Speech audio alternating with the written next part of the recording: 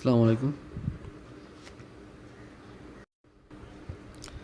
আজকে আমরা শিখব পাসপোর্ট সাইজ সাদা ব্যাকগ্রাউন্ড ছবির চারপাশের লাইন কিভাবে আমরা দিব, বর্ডার লাইন। তো আমাকে এই ছবিটাকে পাসপোর্ট সাইজ করে নেওয়ার জন্য আগে ক্রপে ক্লিক করলাম, ক্রপ আইকন। এরপর আমি সাইজ দিব, উইথ দিব 4 cm, 5 cm হাইট, রেজলিউশন থাকবে 300। তো আমি এটাকে এখন ক্রপ করতেছি। এখানে টান দিয়ে ক্রপ করার নিয়ম এর আগে আমি কয়েকবার দেখাইছি। ক্রপ করার জন্য এখানে টান দিয়ে নিয়ে আমি এই পর্যন্ত নিয়ে আইসা এরপরে আমি কিবোর্ড থেকে এন্টার দিলাম। আমার এটা পাসপোর্ট সাইজ হয়ে গেল। তো আমি একটু ছোটো করে নিচ্ছি। আপনার উপরের যে বারটা আছে, এই ক্লোজ বার, এখানে যে সেভ করা ফাইলের নামটা লেখা থাকে, এখানে আইসা আপনাকে মাউসের রাইট সাইড ক্লিক করতে হবে, অর্থাৎ ডান সাইড। এরপরে ক্যানভাস সাইজ ক্লিক করতে হবে, ক্যানভাস সাইড সাইজ ক্লিক করার পরে এখানে ক্যানভাস সাইজের একটা বক্স চলে আসছে। এখানে আপনাকে ইঞ্চি জায়গা দিতে হবে সিএম। উইথ এবং হাইট দুইটাতে আপনি সিএম দিবেন। এখানে রিলেটিভ, এই রিলেটিভ অপশনটা অনেক সময় ক্লিক ছাড়া থাকে, আপনি ক্লিক করে নিতে হবে। তো এখানে উইথ বক্সে আসবেন, আসার পরে আপনার 0.05, এটা পাসপোর্ট সাইজ ছবির জন্য সঠিক মাপ। হাইট একই সিস্টেম সিলেক্ট করার পর এখানে আপনার 0.05 দুইটাতে দিলাম। দেওয়ার পরে এর দেবেন ওকে। আপনার বর্ডারটা চলে আসছে। এই বর্ডার কালার কিন্তু এই যে নিচে যে কালারটা থাকে সেই কালারটাই।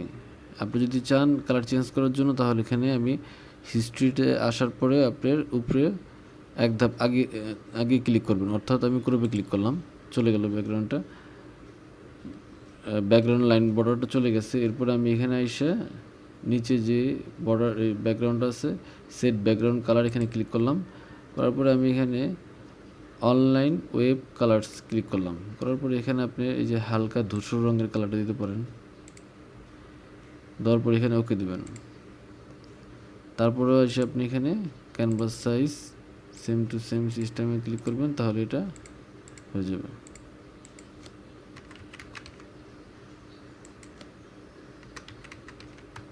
হয়ে গেল। তো এখন আমি নতুন একটা পেজ নিতেছি, কন্ট্রোল এন দিয়ে A4 সাইজ, ওকে। তো এখানে আমি আমার দেখার বিষয় হলো যে সাইজটা, এই সাইজটা বর্তমানে পাসপোর্ট সাইজ, পারফেক্ট সাইজ। আমি এই পেজে নিলাম পাসপোর্ট সাইজের একটা পারফেক্ট সাইজ, একটু বড় করে দেখাতেছি।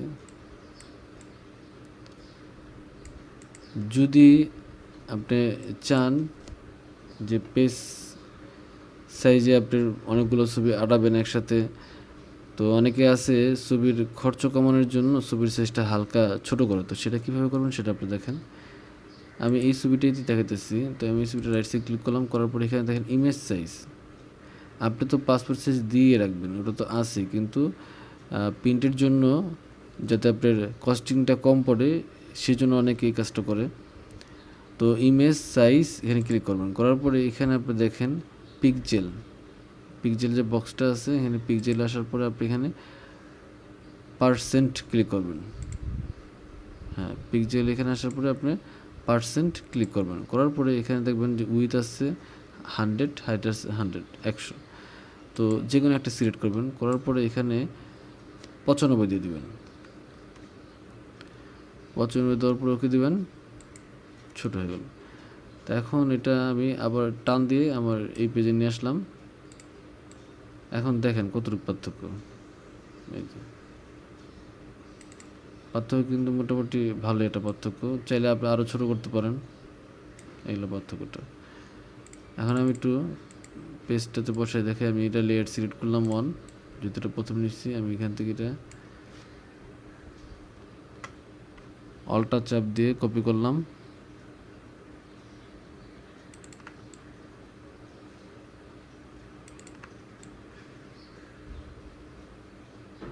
এই হলো আপনার অরিজিনাল পাসপোর্ট সাইজের ছবি। আর আমি এখানে যেটা করলাম সেটা ছবি বসাইতেছি।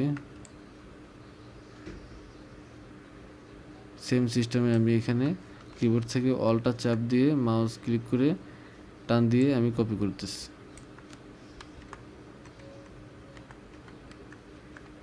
কিবোর্ড থেকে আরও চাপ দিয়ে আমি মেজারমেন্ট ওঠানামা করে ঠিক করে নিলাম। তো এখানে বিশেষত্ব হলো এটাই যে আপনি একসাথে এখানে 5টা ছবি বসাতে পারতেছেন, আর উপরে হলো আপনার 4টা। তো আপনি একটা জিনিস ফলো করেন, আমি এখান থেকে সবগুলো সিলেক্ট করলাম, লেয়ারগুলো সব সিলেক্ট করে দিলাম ক্লিক করে। এখন কিবোর্ড থেকে আমি অ্যারো চাপ দিলাম, এই পাশের একটু নিচে টান দিলাম, আপনি দেখেন এই যে অবস্থা। যদি আপনি ব্যাকগ্রাউন্ড দিতে না চান তাহলে আপনি একটা কাজ করতে পারেন, সেটা হলো আপনি এখানে ব্যাকগ্রাউন্ড সিলেক্ট করতে পারেন। লেয়ার থেকে ব্যাকগ্রাউন্ড সিলেক্ট করে আপনি যেহেতু কালার দেওয়া আছে, সিলেক্ট কালার দেওয়া আছে, আমি কালারটা উঠে রাখলাম, ওকে দিলাম। কিবোর্ড থেকে আপনি দিতে পারেন কন্ট্রোল ব্যাক স্পেস, আপনি কিন্তু কালারটা অটোমেটিক চলে আসলো। এরপরে আপনি চাইলে এখানে যে আপনার সাদা কালো ডিফল্ট যে এটা আছে অপশনটা, সেখানে ক্লিক করবেন। করার পরে আপনি এখানে এই যে সিলেক্ট অপশনটা ক্লিক করবেন। এটা করার পরে আপনি যতটুকু আপনার দরকার বর্ডার ততটুকু বর্ডার রাখবেন। তখন আপনার এখানে কিবোর্ড থেকে ডিলিট দিলে এটা ডিলিট হয়ে যাবে। আর একটু উপর থেকে আমি ডিলিট করলাম এইভাবে।